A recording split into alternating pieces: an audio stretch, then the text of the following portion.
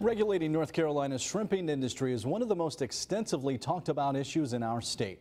Over the last few months, numerous new regulations were accepted. With more regulations on the way, WNCT's Elizabeth II examines the impact they could have on the industry, the economy, and the environment. For months at a time, Dennis Altman lives here on the Birdie Peak. Altman is a fisherman who spends his time trawling along places like in Pamlico Sound and out off the beach off Ocracoke and Kitty Hawk. He's just one of hundreds of North Carolina fishermen who say any changes to the industry would affect their livelihoods. The NC Wildlife Federation introduced a petition last November to the State Division of Marine Fisheries. The petition adds new regulations on shrimpers.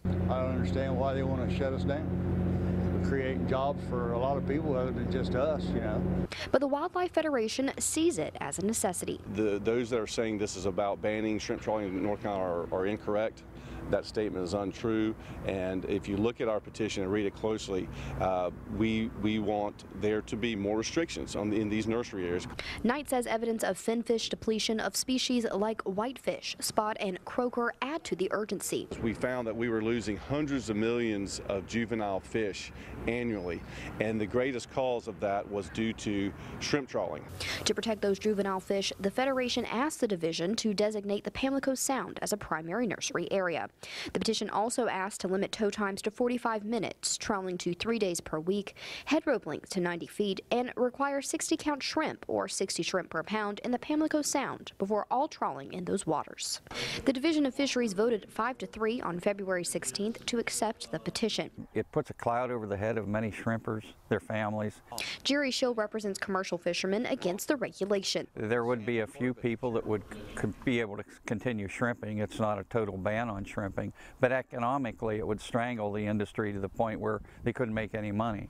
The fishing industry is vital to North Carolina's economy. In 2014, about 7 million pounds of seafood was caught in Carteret County alone, valued at nearly $15 million. Fishermen don't disagree that conservation efforts are needed to reduce bycatch. Those arguments are all valid. You continue to try to do things better. The goal is to reduce bycatch by 40% federally and in North Carolina by 60%. Everything they ask us to do, we have complied with. Turtle excluders, fish excluders. We do whatever they tell us, and we've been having more regulations every year, but we always follow them. So for now, fishermen like Altman say they're hoping for a miracle. In Carteret County, Elizabeth II, 9 on your side. The Division of Marine Fisheries will now verify the economic impact of these rules before they actually go into effect, and it could take up to a year. Fishermen say they plan to go to the state legislature for relief.